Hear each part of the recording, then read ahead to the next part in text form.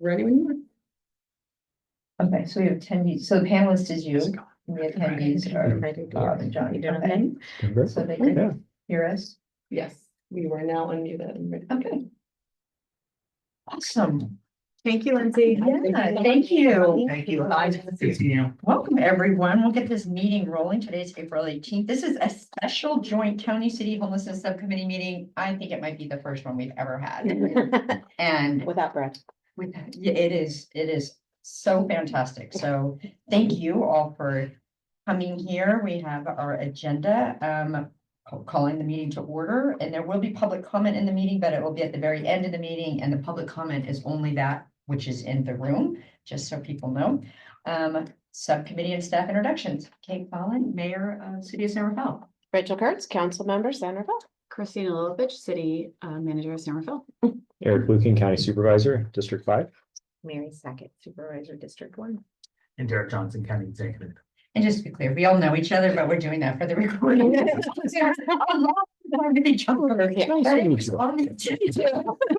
We followed this agenda. You Do did. that, I Good just job. do it. Lindsay will be happy. Yeah, okay. And wait, so I realized I started in Daniel. So Daniel's not in this meeting. Okay. I will turn it over to our city manager for city homeless updates. Okay, just a couple of quick things we thought would be helpful and of interest to give some context to what the city has been up to. I'll actually start with the Homelessness Solutions Working Group. We had 3 very robust conversations with the community along the way. And one of the things that we were really hoping for was solutions and ideas to come out of that group. And there was a lot of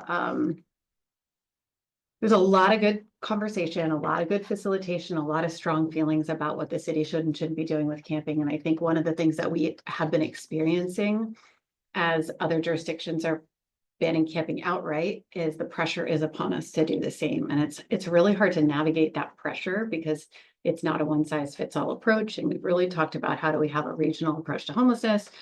So we did a lot of listening. One of the biggest concerns was camping in the parks. And although we don't have anyone camping in the parks, and as you know, we have kind of a unique legal risk situation that other jurisdictions have not had the same particular legal challenges we have. So our legal analysis on how should we revise the camping regulation, just to back up 1 second, we told the council when we adopted the first camping regulation, or I guess it's maybe the second, that we would come back in 6 to 9 months, kind of reevaluate, is it working? Is it not working? Do we want to make any modifications? So there's a couple of different reasons why we ban camping in the parks. One is the fire severity maps came out and we were looking at those and like, what is the overlay for, like, what is the actual increased risk, which doesn't really, the maps don't tell us anything more than that we didn't already know, but having them highlighted some of our main parks of concern were on those maps. We felt like that was a really important thing to be considering in whether we were going to bring additional regulations to the council. So there's that piece of it. And then there's also, from a legal perspective, our attorneys were really encouraging us that if we were going to make any additional prohibitions on camping, that we do them in a way that we did not displace anyone by that action. And so in some ways it was a preventive move to make sure that we didn't end up with another encampment in a public park and then have to ban camping there, which would be really disruptive. I mean, you know, to the folks who are living there, but as well poses a significant legal risk to the city. So that came out of both that process, but also kind of staff's evaluation and analysis of how do we move in that direction, but the council has not expressed an interest and clearly in doing any sort of blanket prohibition on camping, and that we know that we need, and this is kind of the heart of the conversation today, is that we need to have alternative shelter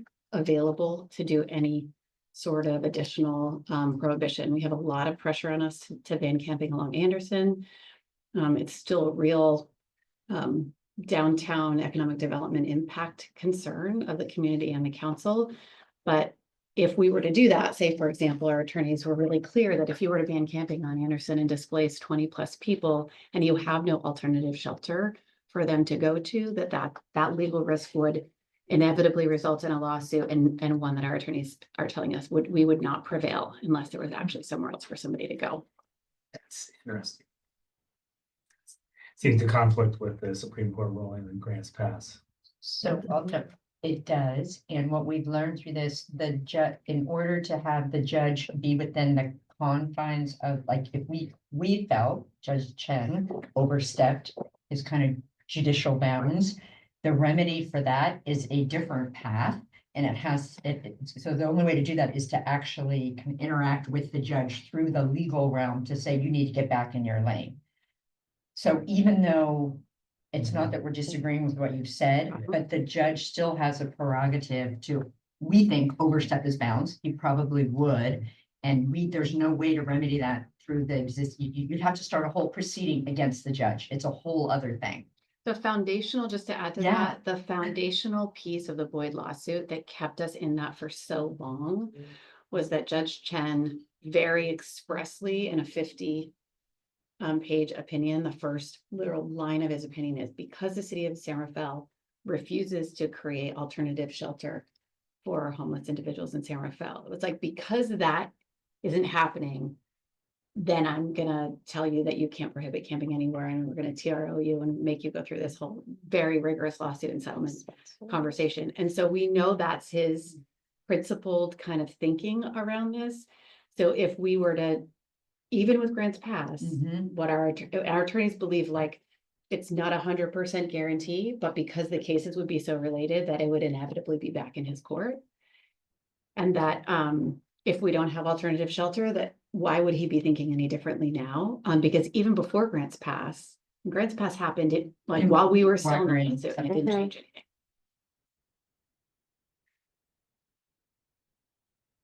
Yeah. Attorney, so you have to get your legal advice from your attorney, but it just seems to me that, according to that interpretation, there really is no way to apply grants pass.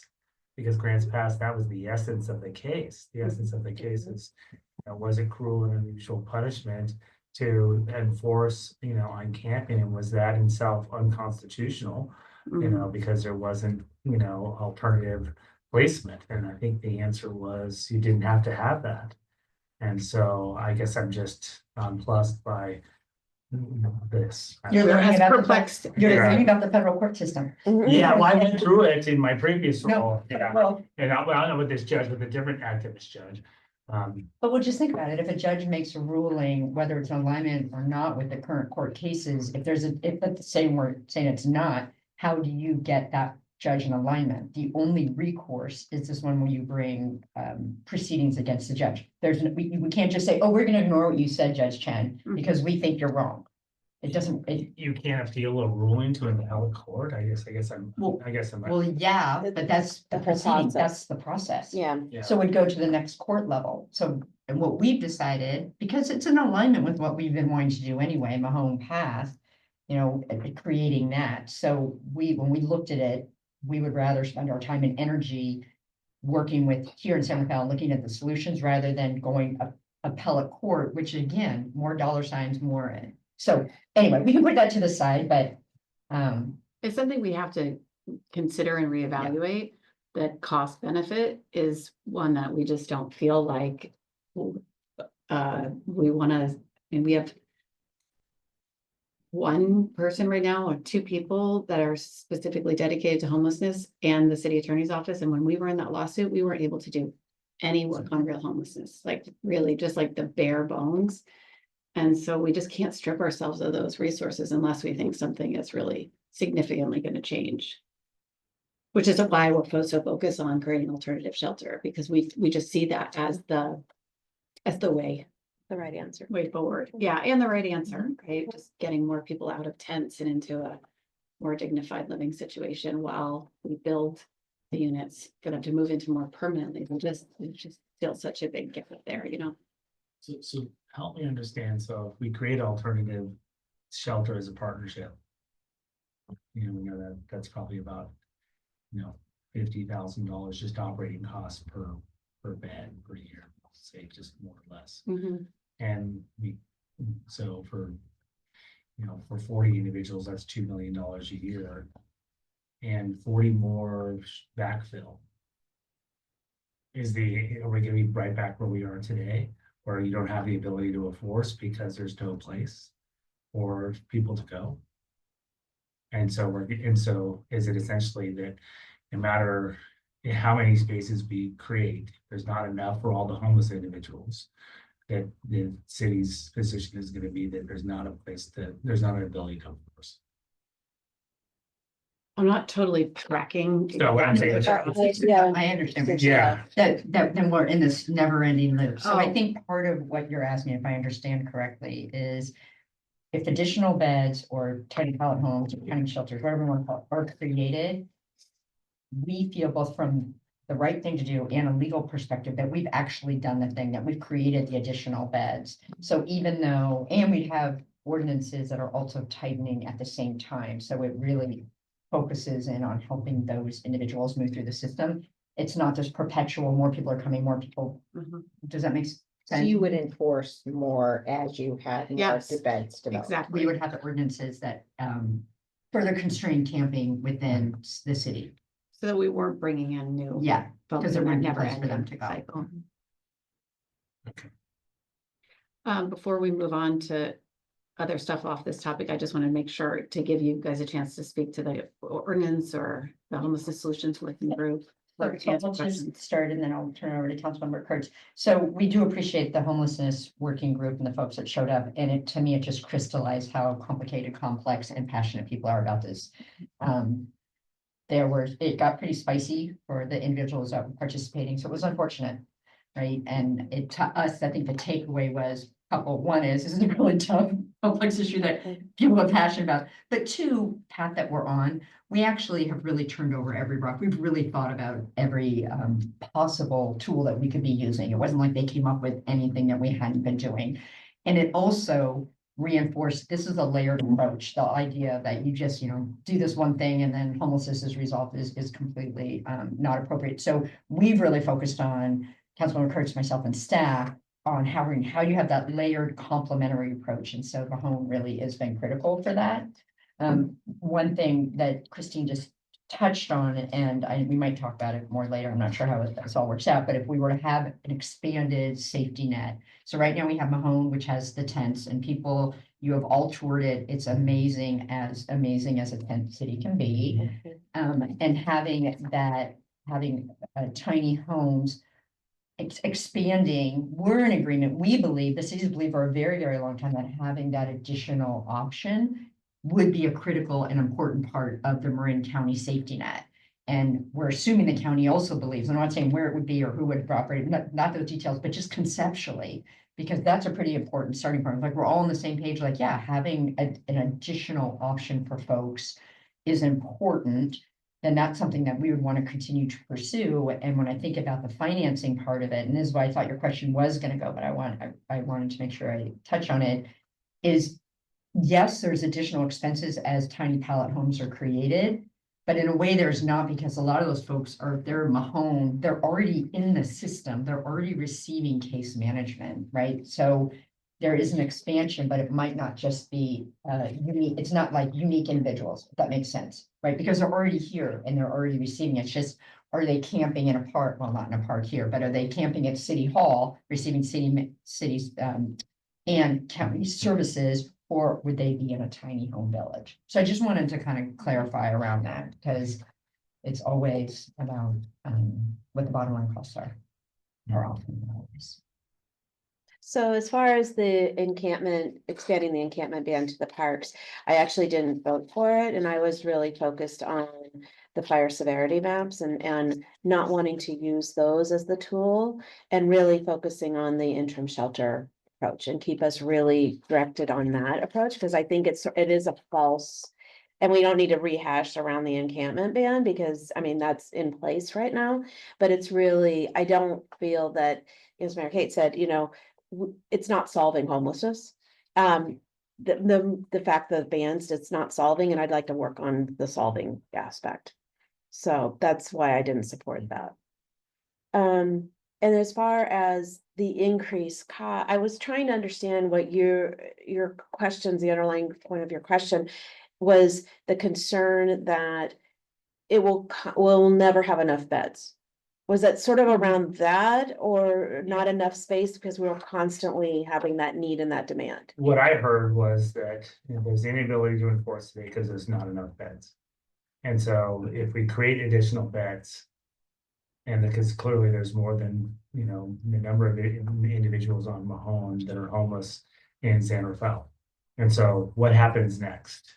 So when that next group moves to Mahone, or that next group moves to downtown, sets up an encampment underneath the underpass or whatever. Are we just gonna be back where we're at? Well, I think we have a And so combination. are we now having two areas, that now we've got a established sanctioned tiny home village. And then on top of that, we have new emerging encampments that can't be controlled because of the Well, I think. position that city's in. And I think just to reiterate, I think the message is that we really do have, because we have a number of time, place, manner ordinances. We have a number of ordinances in place to enforce that we will be able to manage and control potentially other encampments. Not 100%, there's no way 100%, but I think so. And I think the other real goal, and the data shows it, is that those who are in interim shelter are more likely to be able to have a level of stability in their lives that they're then able to get into jobs, and then it'll be an easier, not 100%, but a steps forward to get to housing. Let me respond in like maybe a more tactical example that maybe will kind of illustrate the like longer term strategy. Just to use Anderson as an example, just to be really like concrete about it. If we had 25 shelter beds right now, just magically poof, whether it's a congregate or tiny home or whatever it is, we could go to Anderson and say, we're gonna ban camping here. We could go to the council and say, we want to add time, place, and manner. You can't camp on Anderson anymore. We'd notice those folks and we'd offer them one of those 25 beds. We'd, work with them like we do we wouldn't do it like in 72 hours. We'd take like a month or two and work with folks and like, see, like, here's another alternative.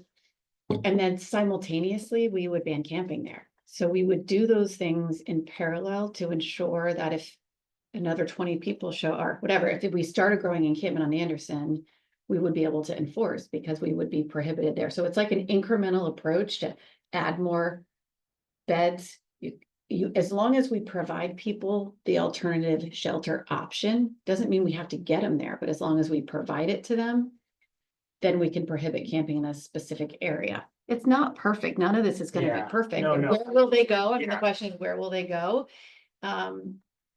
I mean, that's Well, that's the countywide, I mean, that's why That's it's the a countywide countywide thing. approach, right? Because we will, at that point, have all these other options. We will abandon our hot spots. And there won't be other places other than in the sanctioned camping or the tiny homes for folks to go. So they'll spill over into unincorporated, they'll spill over into our neighbors who don't have the same ordinances in place that we have. So, I mean, I think, I will say something else that I think is an interesting phenomenon that we know, but we're starting to get, like my staff are starting to get requests from Corte Madera, Fairfax, and Novato for, can we send our people to your sanctioned camping area? We hear it's great. We hear it's working really well. Can we send our people there? So what's great is the model is working and Yeah. people are getting word that it's like, this is really successful and great. And And that's, it's just, that's been my experience as well. Once you start to have good programs that are run well, people say, oh, well, is there room at the end?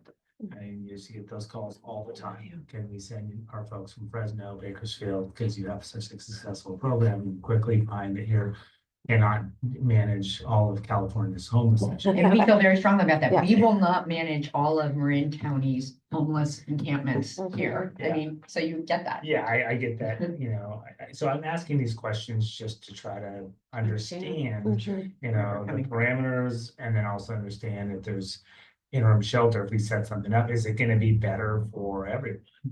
Are we gonna be because my experience is that there is an endless number of individuals who float in and out of homelessness. And my belief after working on homeless issues for 30+ years is that you need compassion and order. Mhm. I'm a big believer in really full-throated ability to take enforcement, because those enforcement tools used compassionately and judiciously can move people out of chronic homelessness. I've seen it. Sometimes they've had experience where it took 60, 70, 80 interactions with law enforcement for someone to finally change their mind. But if we didn't have the enforcement tools, they probably would have just remained in that place and time and not shifted. And so I'm a firm So believer in we having full. enforce, yeah, we do enforce the ordinance that we have, so we're the only one in Marin County that has time, place, and manner, so. We're trying to do exactly what you talked about. I really appreciate the compassion and order. I've heard you say that before. I quoted you on that. We have boulders all along. Yeah, yeah, and it's hard, right? It's hard because these are people with lives and histories and families and, and so, and you can do both. And I'm a believer that sometimes misplaced compassion can be enabling if it's not done in a very careful way. And that's hard for people to understand, So one thing, and I don't have the data, and maybe you can say it off the top of your head. So the council, when we passed the most recent ordinance, we did receive some data of the number of shelter beds kind of per capita, and it was compared with other counties in the region. And what was interesting, and because I have seen this data, but I hadn't seen it recently. So when you look at Marin County, as we compare to other counties, again, kind of normalizing the numbers, we are not, as a county, providing enough beds compared to all the other counties in the Bay Area. And that really caught me by surprise because I had always thought we were kind of in the middle or maybe better than others, but this clearly showed that we're actually way underperforming, which is another reason why Councilmember Kurtz's comment about adding additional beds or units, because it shows just, I don't even call it best practices, but what we're seeing elsewhere, that our numbers are lower. Just to get to the baseline. I think that, I've seen those reports as well. And I think Marin County has taken a different approach. And I think it's one that's borne out. I mean, we're one of the few counties that saw a net reduction in homelessness in the county. And that's because we've had a housing first approach. And so, in the limited number of resources, there's different ways how you can use those limited number of resources. You can work on trying to house the chronically homeless, stabilize those and saturate them with services, or you can kind of do the pray and spray approach of opening the shelter and then hoping that somehow people find their way out of that. There's some interesting Cal Matters articles, if you want to read those, that really show that a lot of these shelters, because of the magnitude and size of homelessness these days, when they're open shelters, so to speak, or just centers that are providing homeless services, a lot of them are overrun. And that was a dynamic that I think if you read that article that they're seeing. I say this, that's been our strategy. I think that we're also taking notice of the change in federal administration. They are not housing first. The money is drying up. In fact, you may have read that, we have 100+ vouchers of emergency vouchers that, as of right now, are set to expire. So there's 100 individuals that as of right now today, come summer of 2026, that we don't have funding to keep in homes. And so that's a conversation I'm having with the Marin Housing Authority. It's about $4 million a year. And so we're trying to put together a task force. There's a potential other 50 families, and those were recently housed individuals. And this is, something that I think is always difficult for people to hear, is that the county doesn't get any specialized funding for homelessness. It really has come in the form of these housing vouchers. And then we use some of our other mental health and social services funding to try to get at the mental acuities or social issues that then try to turn about people's lives. But there isn't any special funding per se. We don't have that special funding either. No. And it was some general fund dollars. Yeah, and the special funding has really been, the home key dollars, which has a sunset on it, or it's had been the encampment resolution funding that's had the sunset on it. And so that's the funding, of course, we have for the home. So I say this when we hadn't thought about that. when we think about, funding, when we think about, standing up, tiny homes or interim shelter, part of what I'll have to advise the board on is, if we're going to stand something up, what is standing something up within the context of the looming cliffs that are going to happen? And so where is the dollar best spent for the county? You know, is it gonna be keeping folks that are currently housed, or is it gonna be trying to house those that, you know, we can't house today? Mhm. And so and I just say that because I want you to have a little bit of the backstory and the calculus that we're having to make as we try to navigate the significant policy shift that we've seen at the federal level, you know, and this is really unfolding real time. So, you know, as of last night, you know, we heard, you know, potentially $40 billion cuts in HHS from the federal government. You know, so you will see how all of those cuts trickle down to the state and to the county level, because we are a pass-through from those. And so I'm also just trying to, you know, calculate, well, what is that gonna mean for just overall demand on services? And those demand on services where we can't meet them and we have, you know, an increasing homeless population, which is frankly, some of the conclusions that some of the practitioners have reached is that all these cuts will in fact result in more people being on the street. Sure. Folks that are precariously housed now. Yeah, precariously housed Funding for or, them. Yeah. So I think what's so interesting, and thank you for that, because I hadn't actually thought about how the different approaches might manifest in these numbers that are different. I'm gonna think on that deeper and find the Cal Matters article as well. Mhm. One of the things that we've run, when we've had these conversations over the many years with the supervisors, with former supervisors, the previous administrator, is we're talking, your focus, the county's focus is on reducing the homeless population, which we fully support. The pain point for us is around the physical manifestations through the encampment. absolutely, And so the drag on our economic engine, which is our downtown, the community distress. And so sometimes, and I think what we're always trying to figure out, the six of us right here, is where do those intersect in a really great way that we can enhance both of the work that we're doing and not to the exclusion of each other. So when I hear that, it's like, oh my God. And you know, more encampment. So I just want to say yes, and because I hear what you're saying, and for us, but we cannot just turn our back and say, oh, when we have a new encampment, you know, I'm not writing emails to the residents that say, oh, sorry about that encampment, but we're doing housing first. Like that just doesn't, it's kind of missing where the pain point is for the community. and I think that's where I think there's a little bit of wisdom in the ERF funding, you know, for, you know, what it did is it put those individuals in the front of the, you know, coordinated entry. Yeah. You know, we're seeing that in Binford, you know, and Supervisor Lucan knows well, but we've had some pretty, you know, some big success. We've, you know, that population peaked at over 100. It's under, so hovering around 50 40, today. from 135 to 49 as of 49. last count, but Yeah, so it's been a methodical approach to, you know, work on folks with a focus. And then we've been very clear using our existing tools to say we're not welcoming people to new entrants into Benford Road. Right? And so if there's any sort of partnership that I could recommend to the board, it'd have to be pretty much a closed system. You know, it'd have to be a closed system where it would be transition, you know, of folks, you know, out of a certain location encampment into another place that's stable housing with a plan to then have, when those folks transition out, that site eventually gets demobilized. But we're 100% on the same page about that. Yeah, I'd love to work us out. I mean, that's the goal, is work us out of this business, right? I mean, ideally.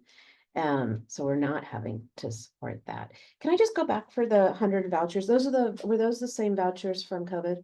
The COVID, those are the COVID vouchers, yeah. Yeah. Okay, so we've known, yeah. And we already have another, I mean, we counted on for our Welcome Home project Mhm. in Nevada. You know, we're having to come up out of our general fund 25 vouchers, you Mhm. know, for that, and we have a plan through 2026. So, Mhm. you know, all in all, we may be 200 vouchers short right now, and that's way beyond the ability for the county to fund. And Yeah. that, you know, and so, you know, that's a real big challenge that we have as a county and as a community to solve.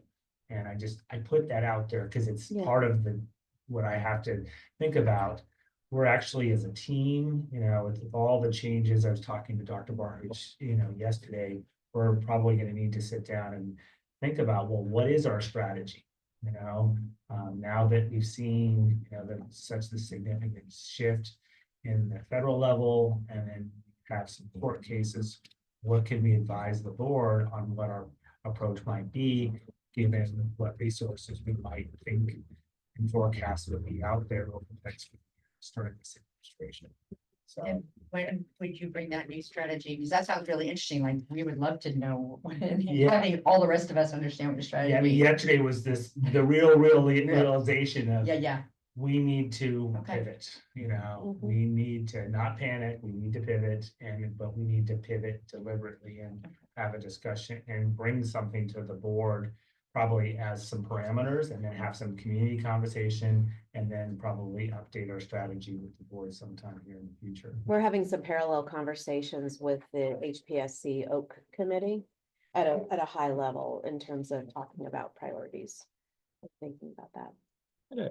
A question for you on kind of the alternative sites. I know there's a whole menu of options. An alternative site can just be another place to camp. It could be a very low cost pallet type structure that maybe has a short lifespan. It could be a longer type of unit. It could be a concrete shelter.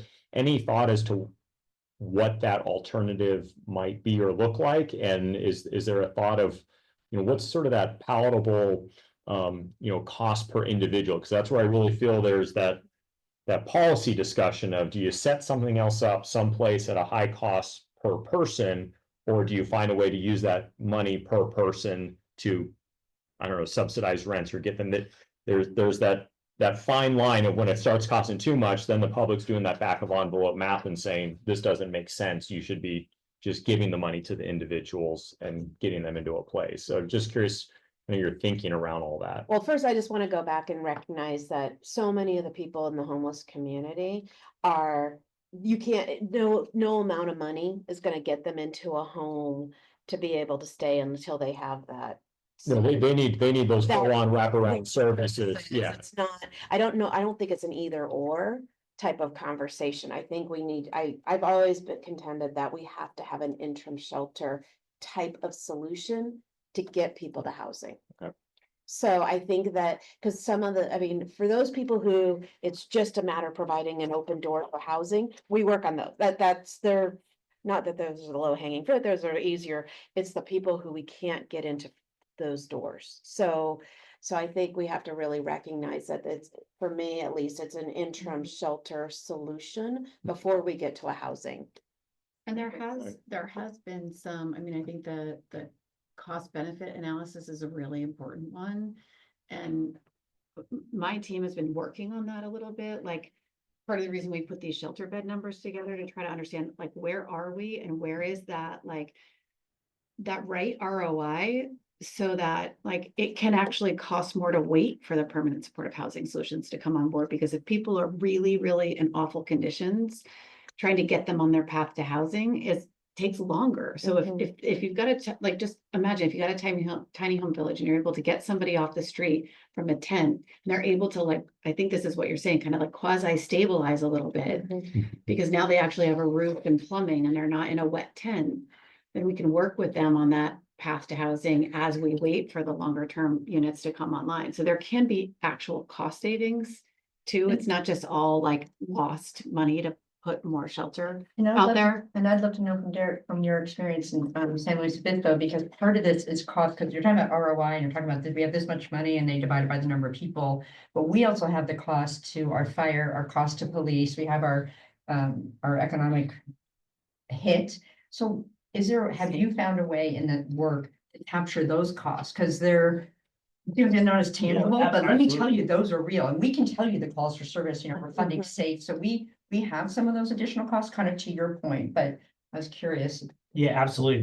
So I think, the model that I think was a model when we dreamt it up in 2012, and then it took us 5 years to raise the money and then build a facility. It worked at the time. We didn't imagine that we were going to see fentanyl emerge, all the opioids. I mean, there was a whole, sweeping, range of events that then unfolded. And then we had the pandemic, and then the model that we developed, I think, was overrun. I mean, it was just basically, it felt like, the kid and the Dutch boy in the dike, and so it was sized for about 125. There was 300 people who wanted to get in there. It was an open model, and so it quickly just got saturated, and it became a point where It was really a drain on services, 25% of fire calls and 25% of police calls for service, and we were able to monetize or quantify those costs. Yeah. And it was essentially, the model that we had was a 75-25% split between the county and the city on the O&M cost,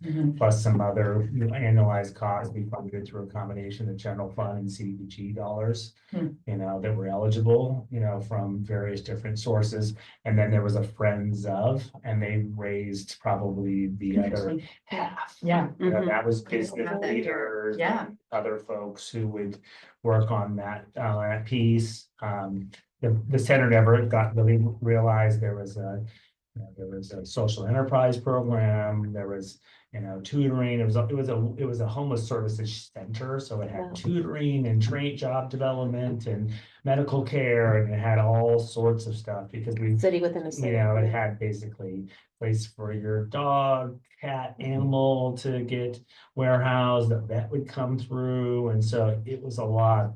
And it just, the demand for certain, and we literally would have reports of deputies coming in from Fresno County and King County and Kern, dropping people off. Oh, I believe it. Oh, Because We they're- have that even here in San Yeah. Diego, so we know how to and do say, we have nothing like this, you Yeah. do, here you go. Yeah. Mhm. And, and so that was a real challenge. And so that's when I talk about, what I think, if we think about a model today, it would need to be a closed model. Be Yeah, a no, I think very that's important. managed model where it's the entry is really tightened. And there's clarity about who's coming in and the duration of this, and setting expectations on moving folks out and having a plan of, well, if half of the people don't move out by the timetable, what do we do? Right. And have clarity about what that process is. Well, we've seen success, right? As housing comes on, like the veterans housing at Homeward Bound, that is essentially addressed. So, I mean, those are so correlated. So as assuming we have new housing coming on to support that, then it will help in terms of that process to get people housed. And frankly, I think that's where the city can shine. I think that, that's where this, cities have, urban services, water, sewer, or a county, are developing higher density, housing for wraparound services is much more difficult, and so, I'm a firm believer, the guy who came and ran our services shelter down there came from Los Angeles, and he said, where we really started to see some traction is where there was clarity of, okay, county, it's your job to provide the services. And you commit to that, we'll use our land use and zoning authority to build the housing, collect the fees. You might contribute to that with your affordable housing fees, but we'll build the housing in urbanized areas. And that was a real sea shift. They still couldn't get ahead of it, even with their measure H and H dollars, just because of the complexity of the issue.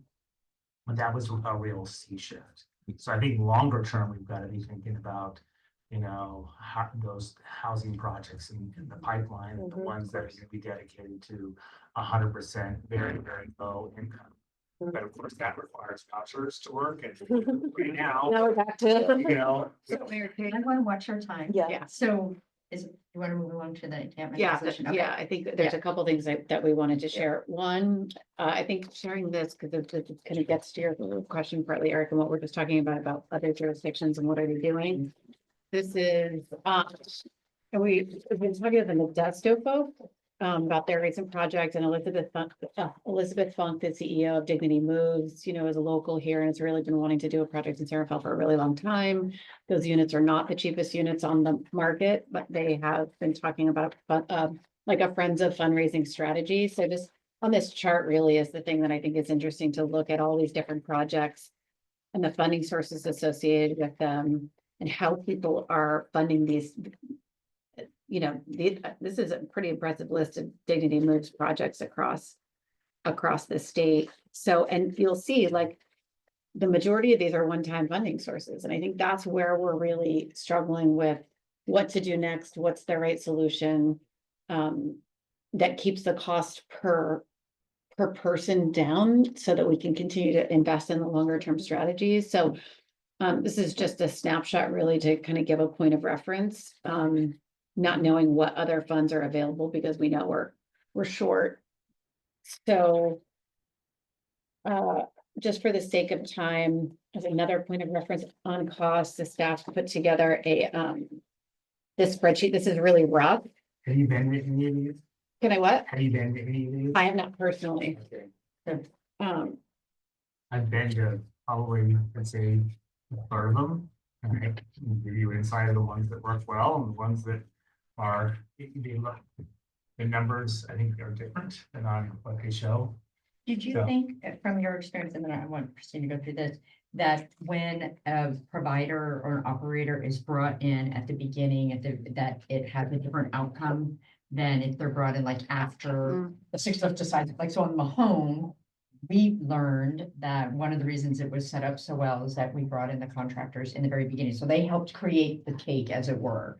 So was that your same experience when you I knowing think these absolutely. that are brought in sooner rather than later? I think getting an experienced developer, I think it requires a jurisdiction to avail themselves of the emergency shelter declaration, which, you know, you probably read about, the county adopted, so that is kind of essential.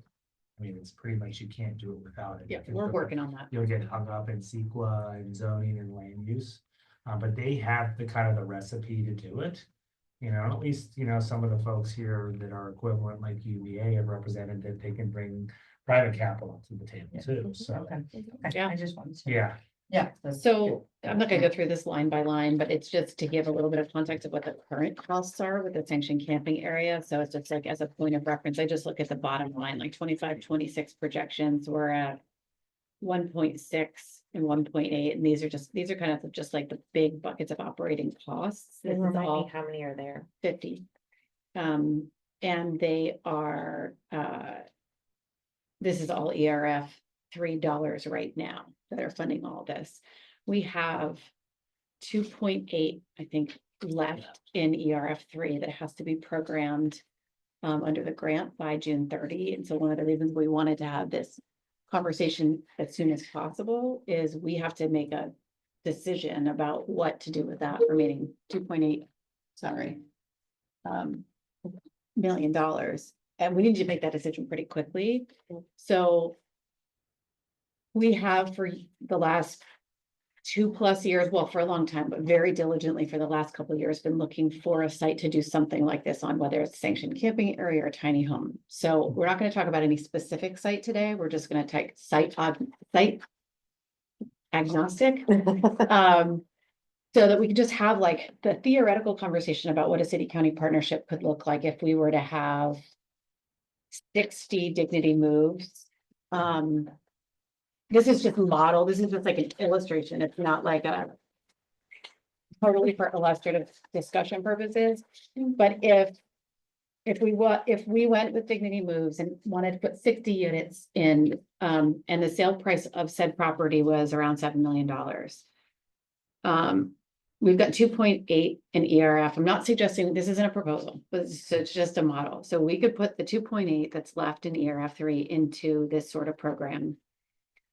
Then we'd have a funding gap at the land acquisition. This would be a land acquisition of about 4 million, 3.9.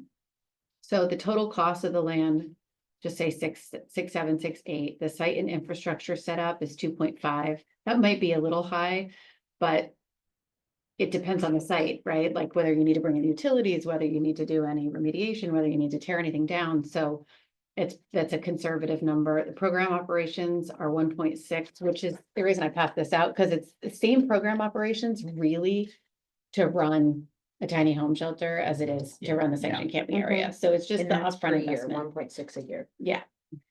And that's kind of all this stuff.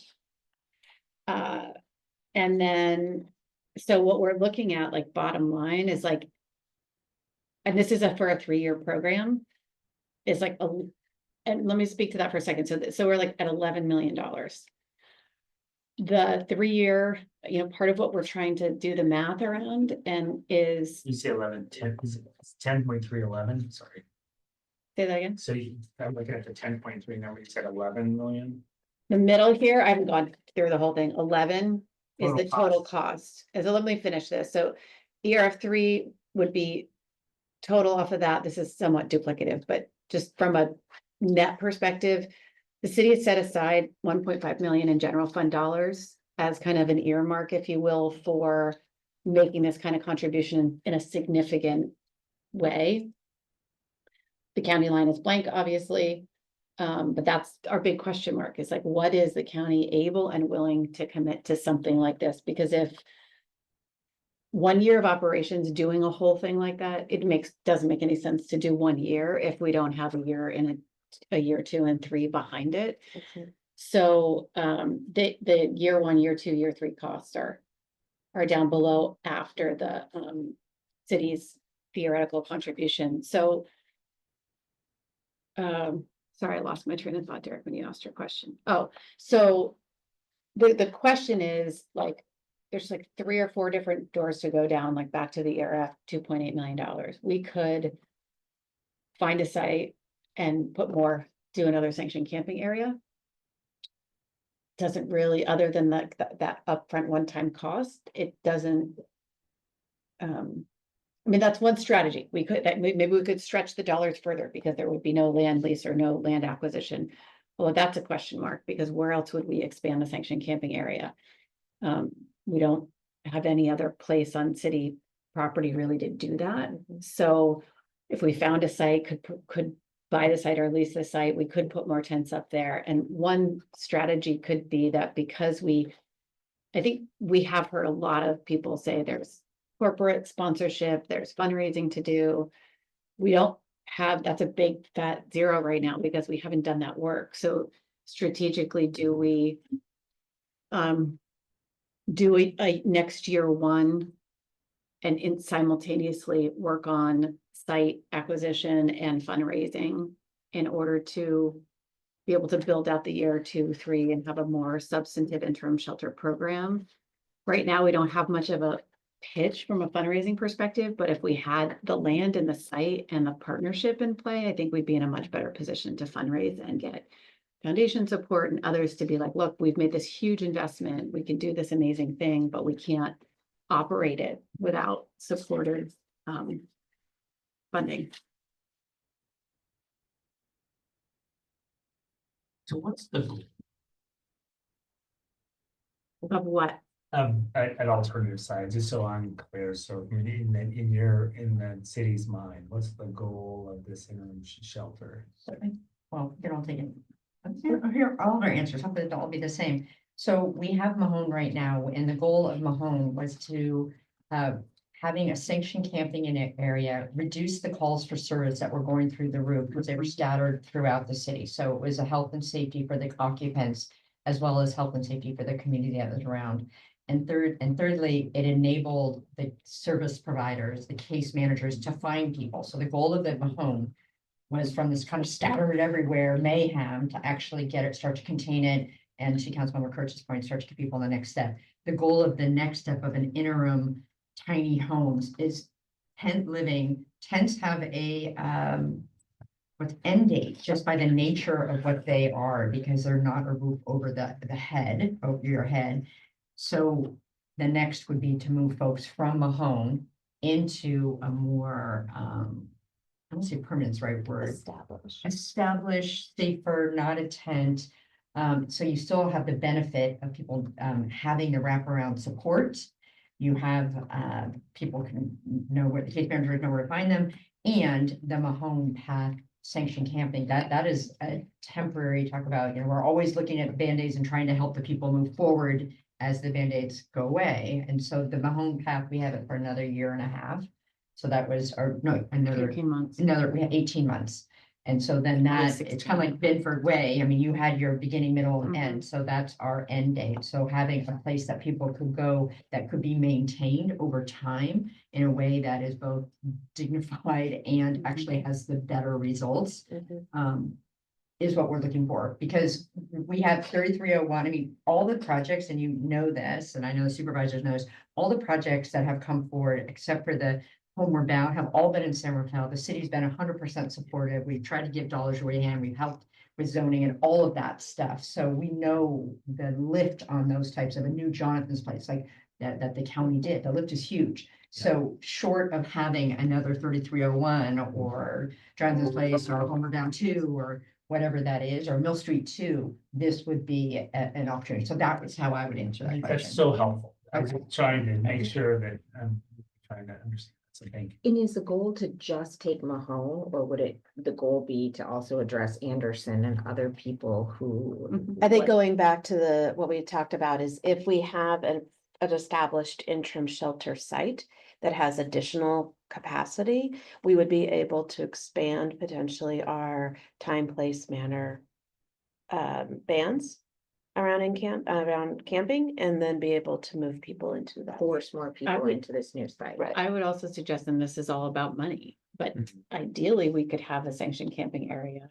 Although Mahone Creek Path is temporary, we were really clear to the community that this was gonna be a short-term solution. But say we had two sites and we could have a sanctioned camping area site and a tiny home site. Just from a, like the tents are cheaper and you could move people from, like, there could be kind of that. The first line is get them in the sanctioned camping area and then kind of graduate them to the tiny home and try to, that's not a long-term solution either, right? We're not trying to get people to live in these things for Mhm. 10 years. But have like that, have those graduated steps so that we could get them into then the permanent housing. I guess what I'm trying to line up is the comment about this sort of closed circuit and I'm not sure how those. But I mean, just goes back to the example I made around Anderson, if we're not taking in new people from other areas, if we're doing real-time enforcement at the same time. Do you know what I'm saying? Like, if we continue to increase the prohibition on time, place, and manner as the incremental beds become available, then it is a closed circuit.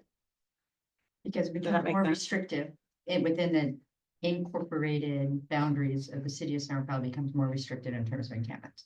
But then they would go to the What? new site. So, I'm sorry? I was saying coupling them at the same time. As you open Exactly. this, you close this. Right. Yes. Okay. Yeah, I've been thinking about, a lot, just, what is the right kind of policy move? Kind of taking a step up, 1,090 unhoused individuals.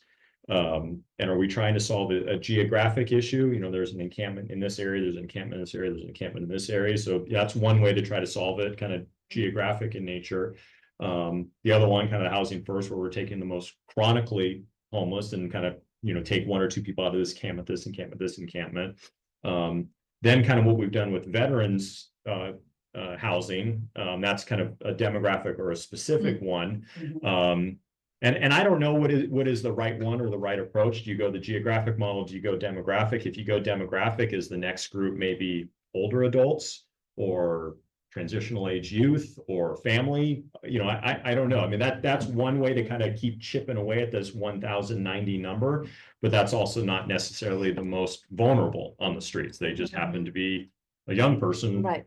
or they're an older adult, but they're, so I don't know, from a policy standpoint, it's one I kind of grapple with, or is it really just geographic in nature? We've got an encampment in an area that's in a really difficult area that, for whether fire safety or economic impact or whatever, and are we trying to solve a geographic issue? I don't know. I didn't provide any answers.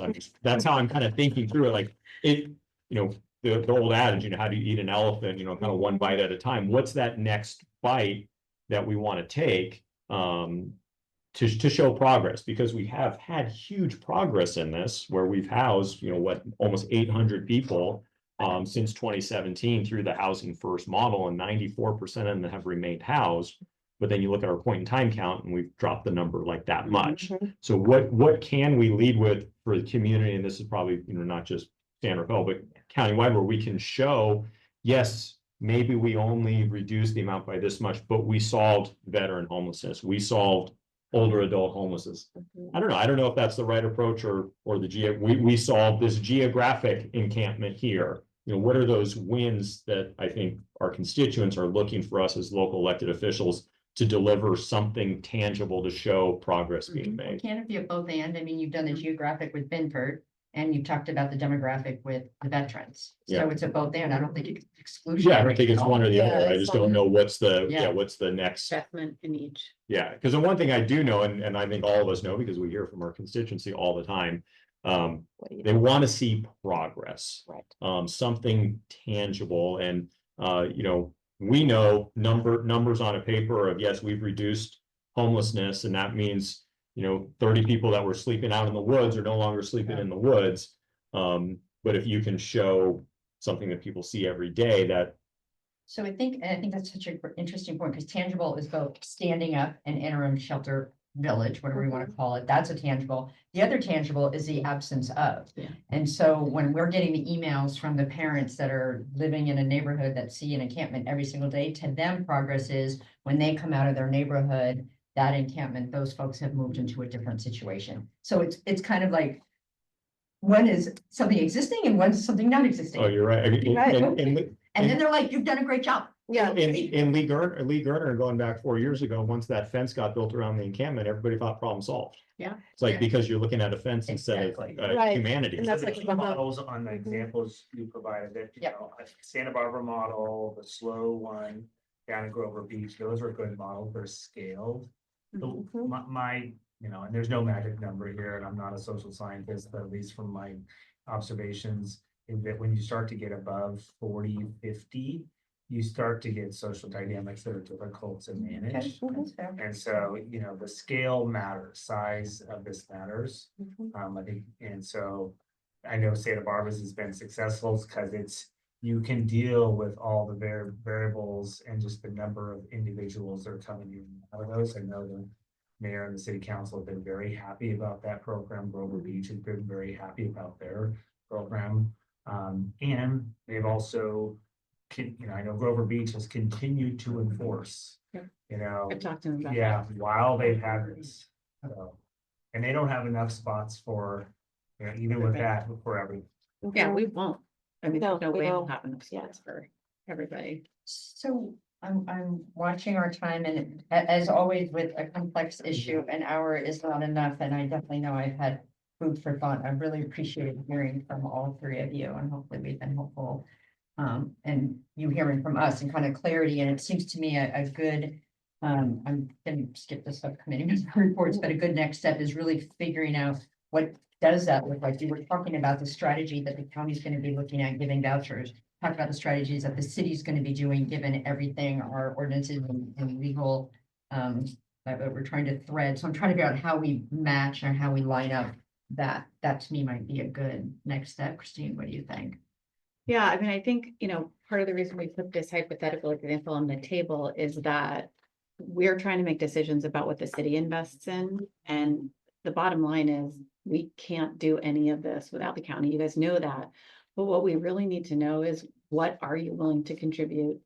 And what things are you willing to contribute to? So then we can make decisions about how we spend our precious dollars. And so it's kind of like a rubber meets the road conversation. If like we end up having a site tomorrow where we could put 50 tiny homes,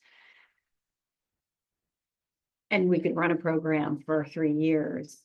This example is an example of what the order of magnitude of dollars is we're talking about. And we just need to know. Like, if the answer is no, we can't do any of that, then we need to know that. If the answer is we can do this much of that, and that's not for right in this moment, I'm not trying to pressure you to like respond in real time to a dollar amount, but that's the bottom line of what we need. And part of that decision is informed by what we need to program those dollars by the end of June. So, ERF.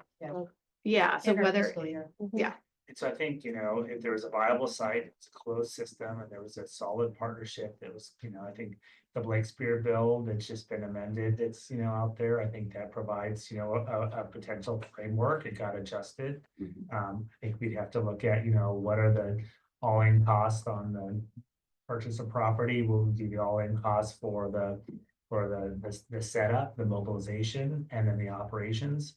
And I think that, if it was something that we could see tangible results, and, I think we have to also find out whether or not, what are the stipulations of our ERF grant? And can we open this and, quote unquote, force people to move, yes or no? And oh, you mean force people from a home to move? correct, yeah. I think that's, at least as I understand, talking to Gary, that's a question that I understand. Today is when we have to ask the HCD. Well, I don't think we could. Well, I mean, it is a good question that we can explore operationally, but I mean, the grant was really specifically talked about interim shelter being a part of the programming. So like, on its face of it, that's not the issue.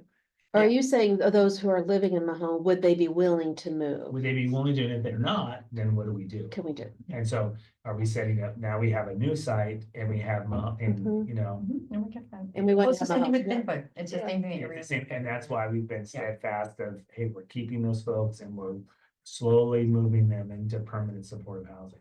And I don't think everyone from Binford went to supportive housing. They moved away from Binford.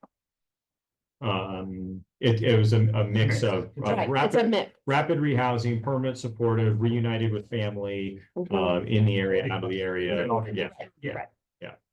So before we close, we have public comment. Did you want to make a public comment? No. You have 2 minutes. I'm John Bischoff. I was in the West End and I was a member of the working group in San Rafael, but I've been working the last 2 months with an unhoused individual in Corte Madera, trying to get housing through the coordinated entry system. And I found that there's a lot of places in the process that could use improvement, like communication and guidance, how to use the system, follow up to appointments, meetings, and discussions. Expectations for the next step. That's one that's really getting me right now. And I would urge you to look at sponsoring a process review and improvement project. Involve the caseworkers, the professionals, as well as some interested people from the community that would be willing to do that. As a result of the feedback that I got from the working group, I think there's some local concerned citizens who would volunteer to augment caseworkers if trained and coordinated in a program run by the city and county. So that would help maybe the staffing level think applying for vouchers. Also, I think the sanctioned camping area has proven it's effective, and I think it should be expanded because camps address a lot of the complaints that I heard at the working group of our residents about random camping. The accommodations are more dignifying because it's one person per tent, and that's a barrier. Camps are portable, expandable, and contractible, right? And maybe affordable. And they concentrate people for easier access to service, as opposed to people running all over the place to different organizations trying to get it. So lastly, it's a question. Are other towns in the county dedicating as much time, money, resources, and real estate to this issue in Marin County? And if not, why not? But anyway, thanks for everything you're doing. It really matters. I've seen the difference it makes, and I'm proud of our leadership. Thank you. Boy, you hit 2 minutes exactly. Thank you. I did a lot. You had to tell me to be quiet last time. That was. Thank you. We had a lot of really good issues, so thank you. It's just ideas. Fantastic. Okay, well, with that, So the next steps, I think, you know, probably Christine and I can get together. I'll certainly caucus with supervisors. We can get together and talk about some potential options, and as we march towards our May budget hearings, it's pretty well it's locked well up. Oh. And, you know, I talk about today about the, you know, the housing first. This is real time, you know, and it's incumbent of me to have the conversation with my team to figure out what we're gonna do. So we'll keep the board members apprised and you all apprised, but I feel like I need to have the conversation with our team to understand, well, what do we do? I want to move forward with the same assumptions if everything's shifted at the federal and state level. thank you. Absolutely. Appreciate it. Thank you. Thank you. Adjourned. Yeah, we have to run and get to another meeting now, and the mayor and I, so we're gonna. Okay. Okay, see ya. So is the homelessness solutions working group still? No, no.